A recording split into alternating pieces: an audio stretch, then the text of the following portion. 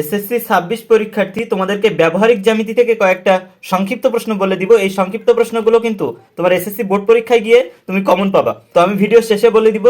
তার আগে বলে নিচ্ছি, তোমরা যারা আমাদের এই স্পেশাল সাজেশন শিটটা নিবে, এর ভিতরে তোমাদের জন্য স্পেশালি থাকছেটা কি, গণিত থেকে থাকছে 40টা প্লাস সিকিউ অর্থাৎ সৃজনশীল, এবং থাকছে 300 মতো তোমার এমসিকিউ, সিকিউ, এমসিকিউ এবং এসকিউ। আমাদের এই শিট থেকে পড়ো, তাহলে কিন্তু তুমি এখান থেকেই কমন পেয়ে যাচ্ছ পরীক্ষাতে। এবং আমাদের ইংরেজি সাবজেক্টে আছে কমপ্লিটিং স্টোরি, তুমি না বাঁধলেও কিভাবে লিখতে পারো সেই টেকনিক। তো তোমরা যারা আমাদের এই স্পেশাল শিটগুলো সংগ্রহ করতে চাও, তোমাদেরকে ইনবক্সে নক করো। দেখো, তোমাকে সংক্ষিপ্ত প্রশ্নে পেন্সিল ও কম্পাস ব্যবহার করে 75 ডিগ্রি কোণ আঁকতে বলতে পারে।